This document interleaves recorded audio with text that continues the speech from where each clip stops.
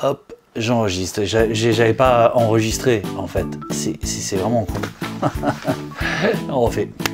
Le petit péteur péterus, comment que ça va bien? On s'en fout. Regarde, nouveau t-shirt, Goldorak. En quelque sorte, je suis Actanus plutôt. Rentrons dans le vif du sujet. Les réchampis. Oui, j'ai déjà fait une vidéo très complète sur ça, plutôt basée sur des exercices que de la véritable théorie.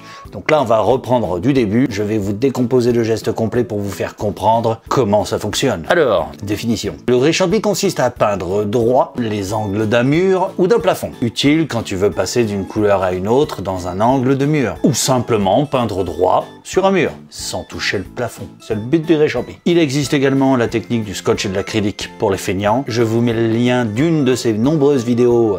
Vous pourrez aller jeter un petit coup d'œil après ce cours, hein, s'il vous plaît. Mais là, ça ne s'appelle plus du réchampi. Et la grosse différence avec ce que vous allez voir maintenant, le réchampi, ça économise non seulement du scotch, mais également de l'acrylique et beaucoup de votre temps. Quand tu as toute une baraque à peindre et que en plus tu en fais plusieurs dans l'année, ça économise aussi pas mal de sous. Accessoirement, hein, sauf si t'es riche, et bon là tu t'en fous, hein, tu peux y aller scotch, machin, faire la... Passons à la pratique. Alors sur cet exemple, j'ai pris comme teinte un vert pour que ça ressorte bien sur le marron. Tu aimes ou tu aimes pas, c'est pas la question. Et en plus de ça, on t'a pas demandé ton avis. C'est juste pour apprendre à faire le geste parfait pour le réchampi, ok? Ça devrait permettre effectivement à tous de bien voir la dépose. Le réchampi s'effectue en 4 étapes. Alors la première étape consiste à appliquer une couche au plus près de l'angle que l'on veut approcher, sans déborder. On étale cette première dépose, c'est tout. Si tu vois que c'est trop difficile à étaler, la glisse est donc mauvaise, tu rajoutes de l'eau dans ta pâture. Ne la noie pas, ne me demande pas combien de pourcentage, tu le vois.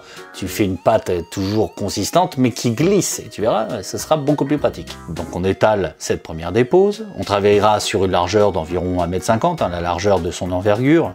Enfin, ouais, si, ça va faire ça. Ouais. Et on se déplacera avec son escabeau au fur et à mesure. Il est important que la brosse glisse bien, donc je le répète une dernière fois, diluer la peinture d'autant qu'il sera nécessaire. À l'eau pour les peintures acryliques, au white et spirit pour les peintures solvantées. Si c'est trop épais, vous n'y arriverez pas bien. Cette première dépose va permettre au second passage de glisser correctement. Et du coup, on va s'approcher un petit peu plus du mur voisin, ou du plafond voisin, sans déborder dessus. Donc deuxième étape, on va reprendre de la peinture et redéposer juste un petit peu au-dessus de notre premier trait. Cette fois, on va aller au plus proche de l'angle sans déborder et en essayant de rester droit.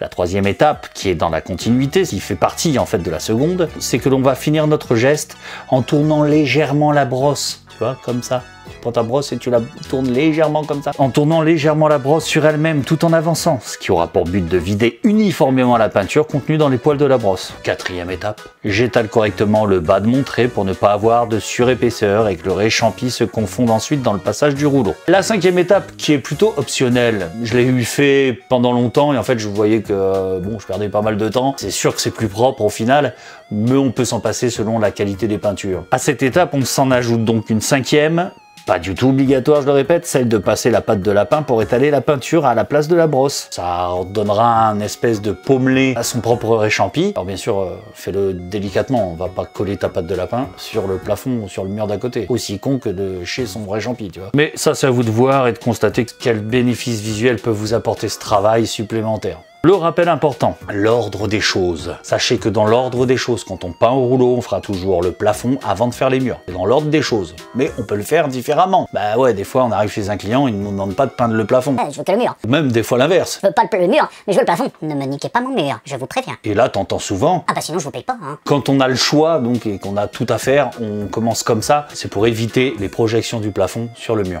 Il arrive qu'on n'ait pas le choix car on fait de la réno et qu'on doit juste peindre le plafond, par exemple. Alors au passage, j'utilise ce type de protection pour protéger le haut de mes murs. Pour l'instant, je le vends pas dans ma boutique. Donc si jamais tu vois ça dans mes vidéos, sache que ça existe. C'est des petits films étirables qui sont très fins, mais qui sont, comment on dit, statiques. Ils sont statiques. Bon, s'il y a les portes aussi à faire, on fera le plafond, les portes, puis les murs. Et si en plus tu as l'impression à faire, la couche d'impression à faire, dans une maison neuve, on fera l'impression partout, sauf sur les portes. Oui, parce que les portes, on va mettre la couche de finition en première couche d'impression, si je préfère. Mais ça, c'est encore un autre sujet. Puis ensuite, on fera le plafond, les portes, et les murs. Bon, si vous avez encore des questions à ce sujet, j'ai fait une excellente vidéo sur la chronologie des travaux, je te mets le lien ici. Alors sachez que le réchampi, vous devez toujours le faire mur après mur. C'est-à-dire que si vous devez faire les 4 murs de votre pièce, 5 ou 6 murs si vous êtes riche, alors vous devez faire d'abord les 4 côtés du premier mur en réchampi, vous le peignez au rouleau, et ensuite vous pouvez attaquer le mur suivant. Alors,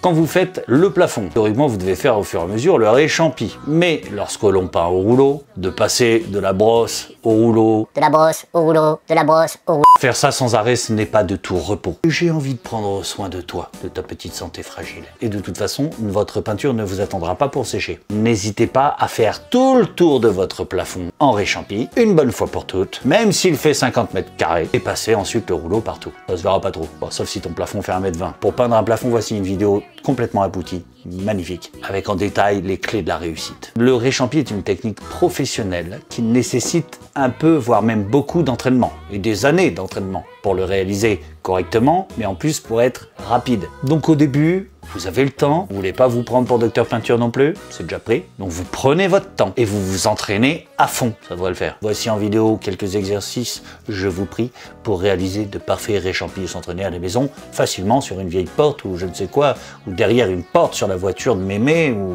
ou sur les chats. Alors à la question, si je loupe mon réchampi, qu'est-ce que je peux faire? Bah faudra refaire, parce que t'as pas le choix. On n'est pas quoi? On n'est pas des magiciens. Non, il n'y a pas de Majax ici. Oh, t'es trompé de chaîne. Si tu es mauvais, je ne peux rien faire pour toi. Persévère. Tu ne peux pas te tromper.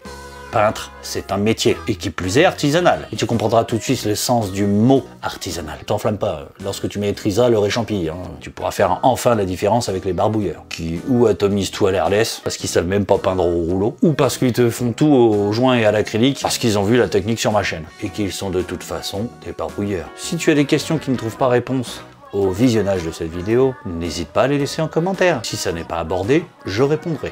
Pour le reste, le petit like, le petit pouce vers le plafond tout propre que tu as peint, c'est mignon. C'est pas parce que je l'ai pas dit depuis longtemps que tu es obligé de faire semblant d'avoir oublié. C'est mignon. Et un bisou parce que tu m'aimes. Oh oui, je t'aime. Avec la langue. Allez, je vous laisse et vous dis à bientôt pour de prochaines aventures. Ciao. Ah, si vous avez encore des questions à ce sujet de quoi? Une question complète sur la chronologie des travaux existe ici. D'accord. Mais je vois pas trop le rapport. C'est bizarre ça, on dit. Ah putain, il l'a. Ok, il l'a. J'étais parti sur la dernière page, il l'a fait en recto verso, c'est très rare. Eh, t'as vu? J'étais chez le coiffeur. Comme mon coiffeur est devenu feignant, c'est sa fille maintenant qui coiffe. Écoute, il a qu'à rester en pré-retraite, ce feignant. Elle coiffe mieux que lui.